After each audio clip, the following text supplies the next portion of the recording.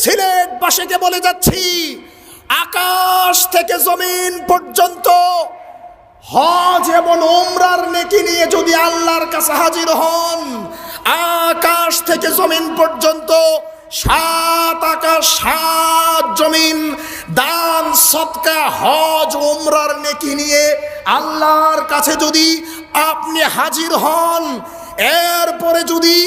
এতগুলো নেকি থাকার পরে একটা মাজারে সিজদা পাওয়া যায়, আপনার জীবনের শেষ আমলটি ছিল মাজারে সিজদা দেওয়া, বাবার পায়ে সিজদা দেওয়া, মরা মানুষের কাছে সাহায্য চাওয়া, তাহলে আকাশ থেকে জমিন পর্যন্ত 7 আকাশ 7 জমিনের সব হজ সব উমরা সব নেকি ধরিসাৎ হয়ে গিয়ে আপনাকে জাহান্নামে থাকতে হবে ফেরাউনের মতো, আপনাকে জাহান্নামে থাকতে হবে আবু জাহেলের মতো। আবু জাহেল যেমন জাহান্নামী, ফেরাউন যেমন জাহান্নামী। একটা শিরক করার কারণে, তাওহীদকে নষ্ট করার কারণে আপনিও তেমন জাহান্নামী। সুতরাং তাওহীদের গুরুত্ব বলে শেষ করার নয়, আল্লাহর কাছে দোয়া করি, মালিক আপনি আমাদের শেষ নিঃশ্বাসটা লা ইলাহা ইল্লাল্লাহ